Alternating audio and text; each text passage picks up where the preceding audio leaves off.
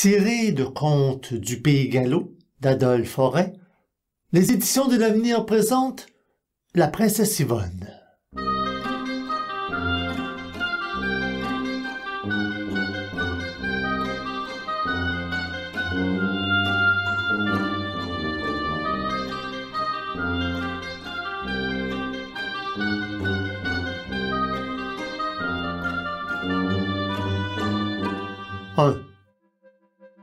Un roi et une reine habitaient jadis un château dont on voit encore les traces au village du Gué, dans la commune de Plélan.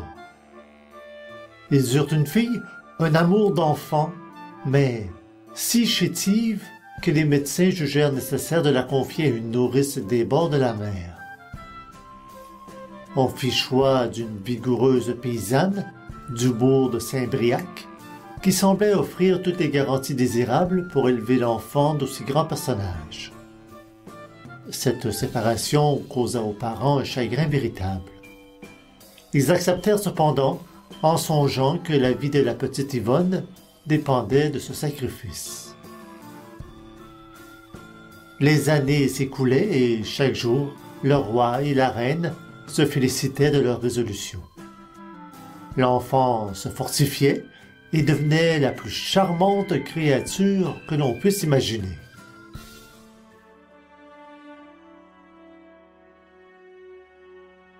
La nourrice, Jeanne Herbauchon, était femme d'un pêcheur et avait maintes fois aidé son mari dans ses voyages aux Ébillans, à Sésambre et même jusqu'aux îles Chausée. Elle était très adroite et dirigeait une nacelle aussi bien que le batelier le plus expérimenté.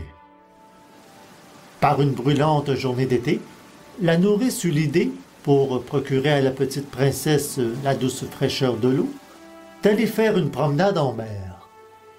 Rien, dans la nature, ne pouvait faire craindre un orage, les poissons folâtraient près des rochers, et pas un nuage n'obscurcissait le ciel. Jeanne prit l'enfant dans ses bras et s'élança gaiement dans une frêle embarcation. Après avoir déposé Yvonne à ses pieds, elle s'empara résolument des rames et gagna le large. Une heure ne s'était pas écoulée depuis le départ de la batelière qu'un petit point noir fit tache à l'horizon. Les vagues commencèrent à moutonner, les poissons cessèrent leurs ébats, et bientôt, le vent sur la côte courba la tête des tamarins et fit frissonner les bruyères. Il était déjà trop tard pour regagner le rivage, la barque se serait infailliblement brisée sur les récifs. La malheureuse femme, s'oubliant elle-même, pleurait toutes les larmes de son corps et levait les bras vers le ciel en priant Dieu de sauver la princesse qui lui avait été confiée. Yvonne ne se doutait pas du danger qui la menaçait. Ballottée par la mer, elle dormait profondément au fond du bateau. La tempête, cependant, redoublait d'intensité et la nourrice crut que la barque allait chavirer. Elle se baissa trop précipitamment pour ressaisir l'une des rames tombées dans l'eau et disparut dans la nuit. Yvonne dormait toujours.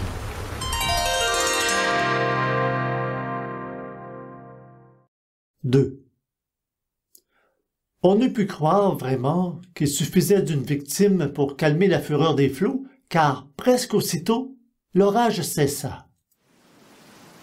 La petite barque, abandonnée à elle-même, vogua longtemps à l'aventure dans toutes les directions et enfin fut entraînée vers des rivages lointains.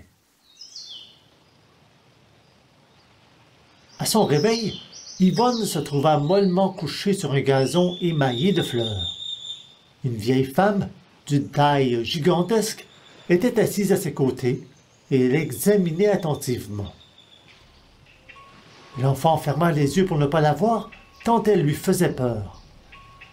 L'étrangère, tout en s'extasiant sur la beauté de la fillette, marmottait tout bas. « Pauvre petite, elle n'a pas eu de chance de venir échouer dans cette île, où l'ogre, mon mari, voudra sans doute s'offrir un mets aussi délicat. Mais je saurais bien lui conserver la vie, afin de l'unir à notre fils lorsqu'elle sera en âge de se marier. Nous ferions inutilement le tour du monde pour lui trouver une femme plus jolie. » Après ce bavardage, peu propre à rassurer Yvonne, la vieille l'enleva, mourante de peur, de dessus son tapis de gazon, la mit sous son bras et l'emporta chez elle.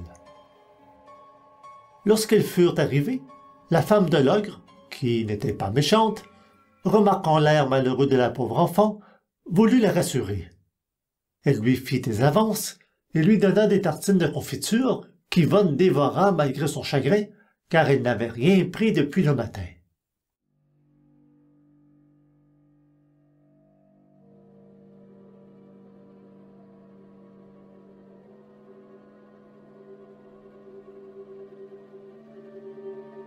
L'ogre ne rentra que fort tard dans la nuit.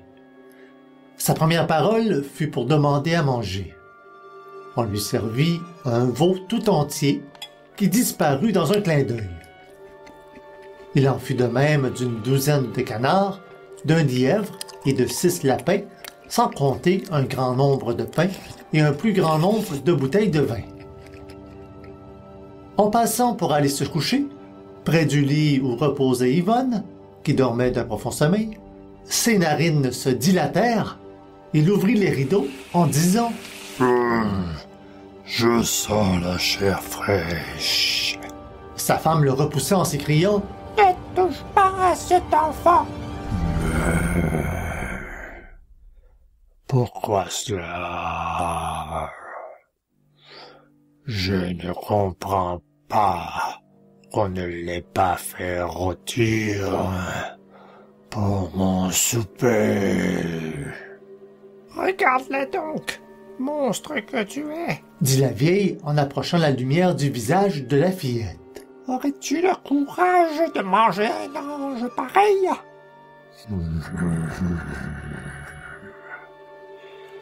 Pourquoi pas? Serait-ce la première fois, par exemple? Tu ne l'auras cependant pas. Ce sera peut-être un jour la plus jolie personne du monde. Et je veux la conserver pour la marier à notre fils. Tu as, ma foi, raison.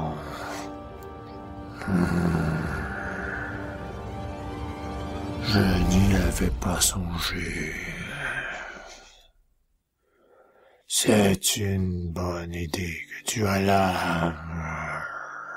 Et il alla se coucher. Un instant après, il ronflait à faire trembler les murs. L'ogresse, qui n'avait qu'une médiocre confiance en son mari, songea toute la nuit au moyen de sauver la princesse. Après mûre réflexion, elle décida de la confier à une de ses amies qui habitait une île voisine et qui consentirait volontiers à élever l'enfant. Dès le matin au lever du jour, elle fit remonter Yvonne dans la barque qu'il avait amenée en ces lieux et la conduisit chez son amie.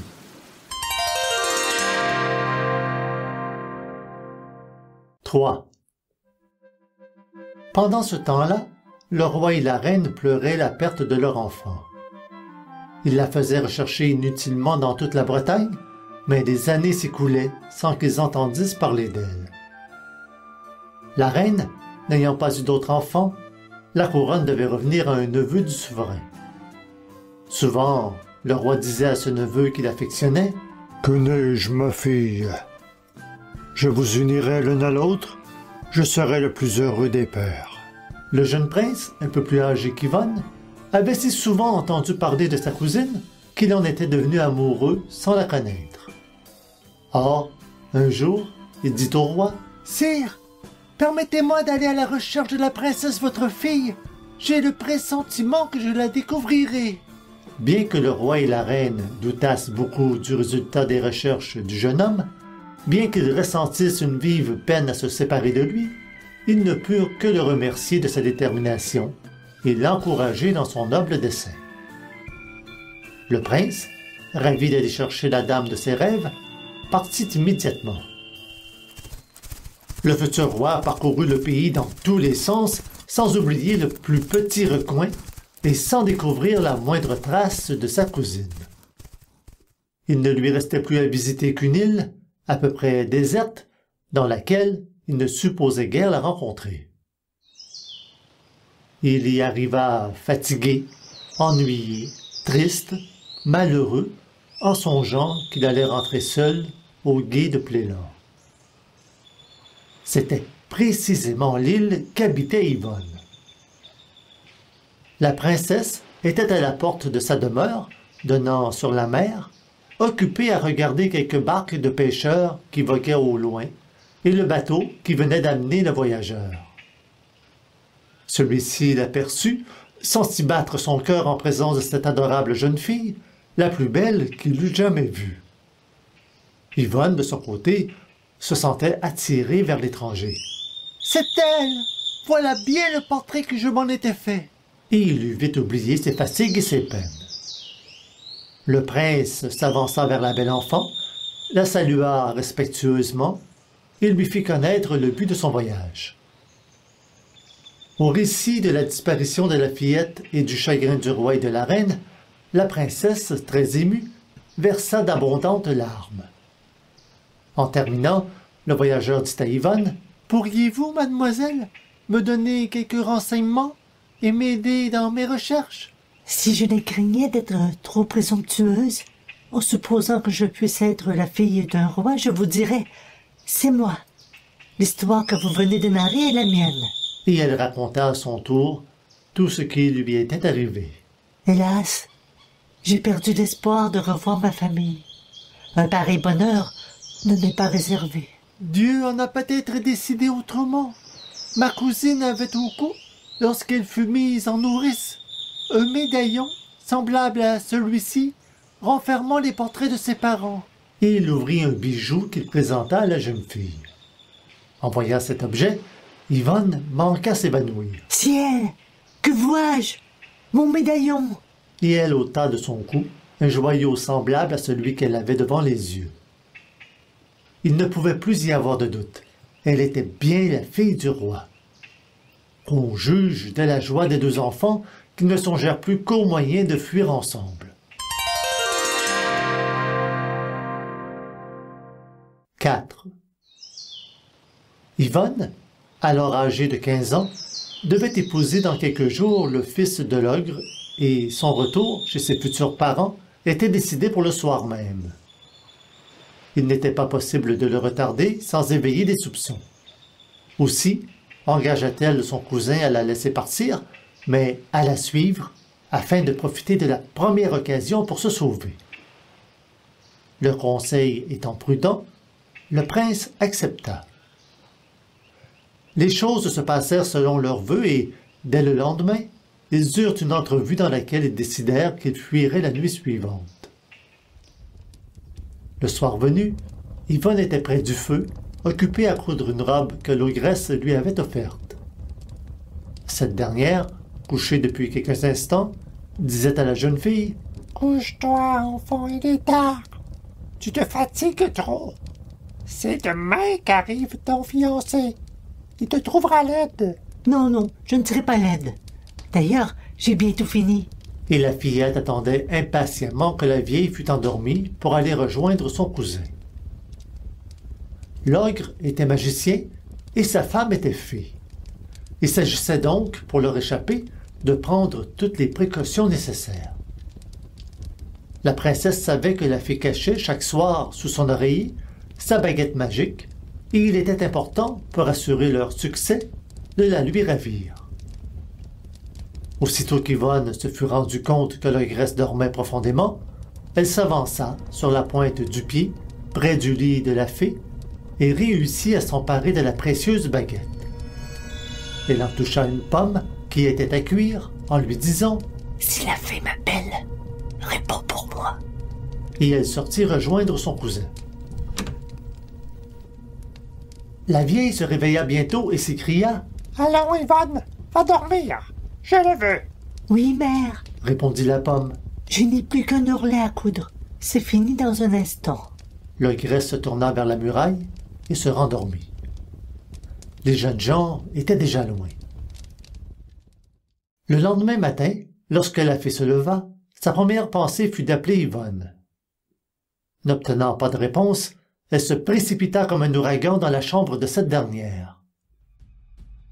En voyant le lit non défait, l'étonnement de la fée fit place à la colère. Elle appela son mari en jurant, tempêtant, se doutant bien qu'Yvonne s'était échappée. Tout à coup, une nouvelle crainte lui vint à l'esprit. Elle se précipita vers son oreiller, et n'y trouvant plus sa baguette, sa colère fut au comble, elle devint comme une furie, jeta des cris perçants qui achevèrent de réveiller l'ogre. Il arriva à la hâte, en négligé du matin, les yeux à peine ouverts, se demandant quelle pouvait être la cause de ce vacarme.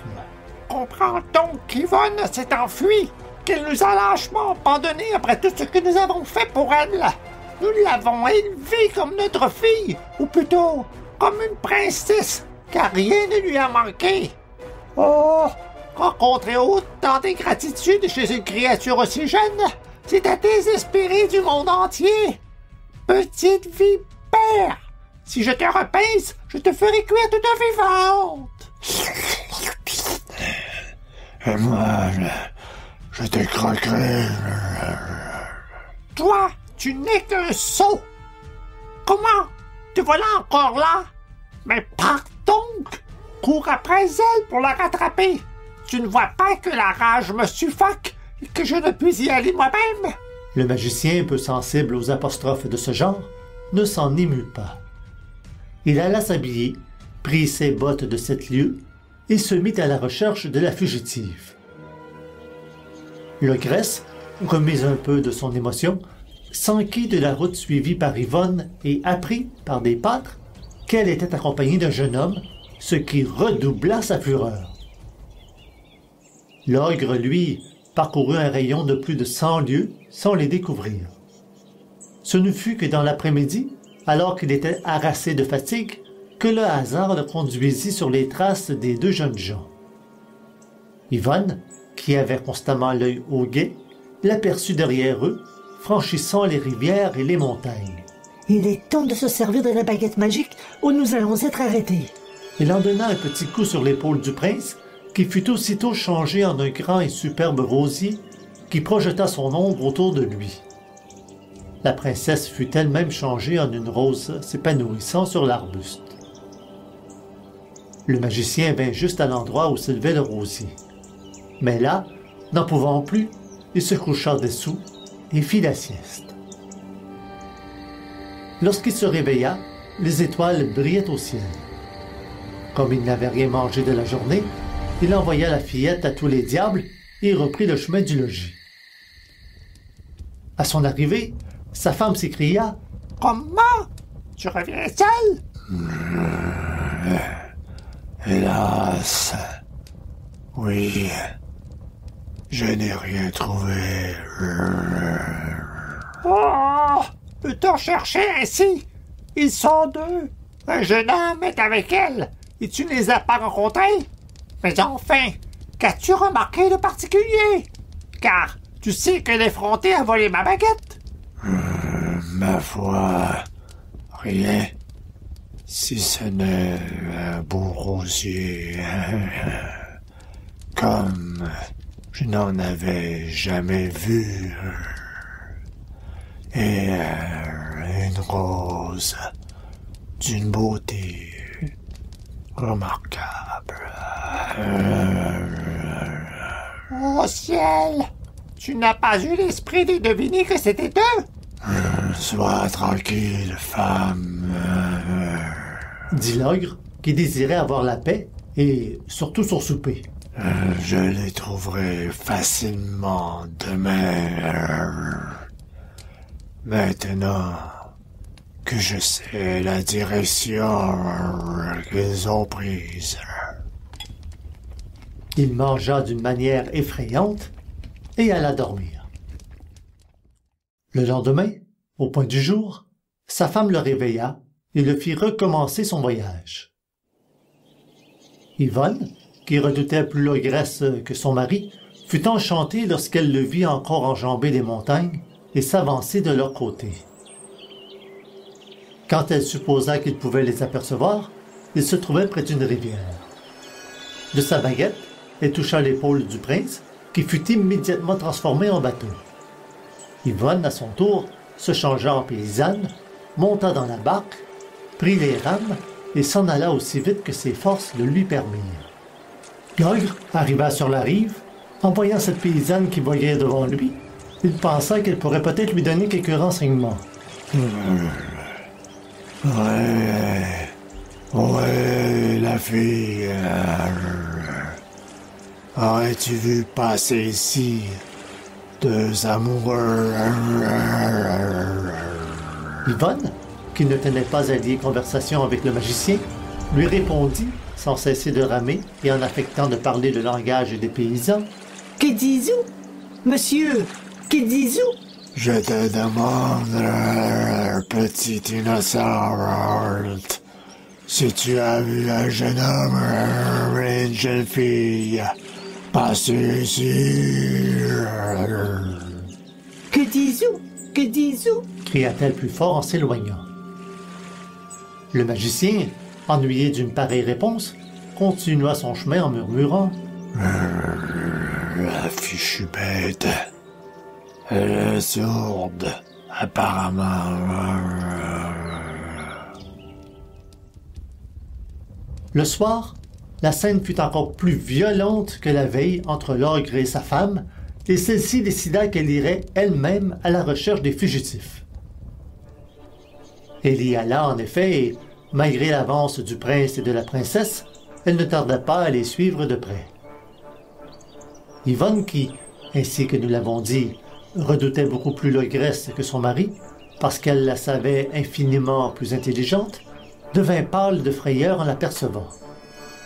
Elle métamorphosa aussitôt son cousin en oranger et se changea, elle, en abeille. Ils avaient, heureusement, pris des sentiers détournés, et l'ogresse passa trop loin pour les voir. Après de longues et fatigantes recherches, elle revint seule au logis, à la grande joie de l'ogre, qui fut enchanté de pouvoir dire à sa femme qu'elle n'était pas plus fine que lui. Les fugitifs évitèrent ainsi d'être repris, mais ils eurent à subir un malheur non moins grand. Dans sa précipitation à changer de forme, Yvonne avait oublié la baguette de la fée sur un buisson, et un charretier l'avait prise pour en faire un manche de fouet. Le malheur était irréparable, les deux jeunes gens ne pouvaient reprendre leur forme naturelle. Le temps s'écoula, l'oranger fleurit, les oranges se formèrent, mûrirent, pendant que la petite abeille bourdonnait autour d'elle.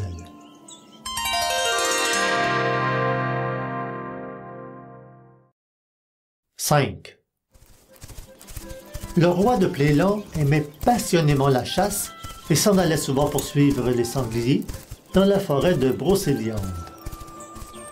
Connaissant parfaitement le pays et les essences d'arbres qu'on y rencontre, il fut un jour bien surpris de trouver un oranger chargé de 10 oranges.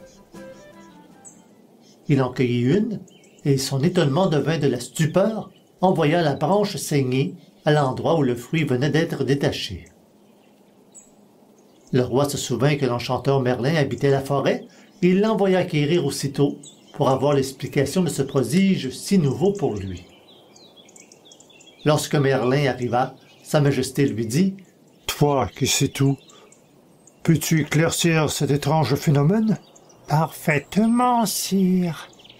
Cet oranger cache un être vivant, métamorphosé par une fée ou un magicien.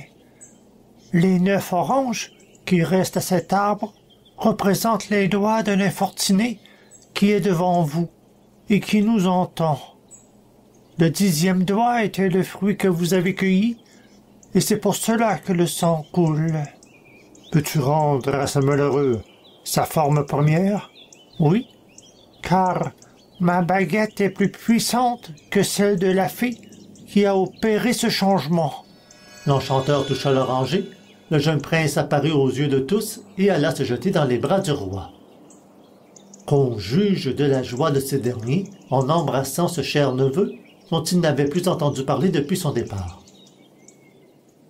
Lorsque leurs premiers transports furent un peu calmés, Le roi fit au prince toutes sortes de questions pour connaître par quelle suite de circonstances il le retrouvait sous l'écorce d'un oranger. Le jeune homme lui répondit: « Mon oncle, je vous ferai plus tard le récit détaillé de mon voyage, mais pour le moment, permettez que je m'occupe de ma cousine que j'ai eu le bonheur de retrouver et qui, elle, se trouve changée en abeille. Tenez, la voyez-vous qui voltige autour de votre tête en nous écoutant? » Le magicien rendit le même service à la jeune fille. Son père, en la voyant si belle, si charmante, était fou de bonheur et ne se lassait pas de la contempler. Comme on le pense bien, la chasse en resta là. On retourna promptement au gué de Plélan, où le mariage des deux jeunes gens ne tarda pas à être célébré. Le roi céda sa couronne à son neveu qui, pendant de longues années, fit le bonheur de son peuple.